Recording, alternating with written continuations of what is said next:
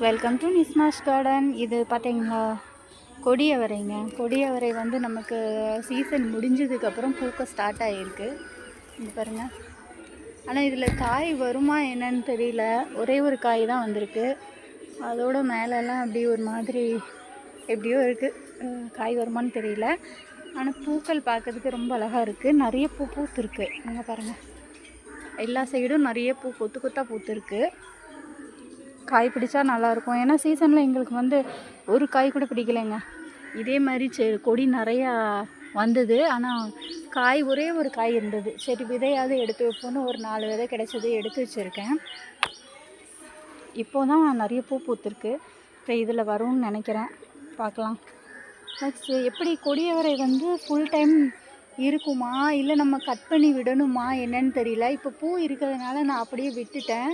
காய்க்கு தான் பார்க்கணும், இல்லாட்டி ஃபுல்லாக ட்ரிம் பண்ணி விடணுங்க.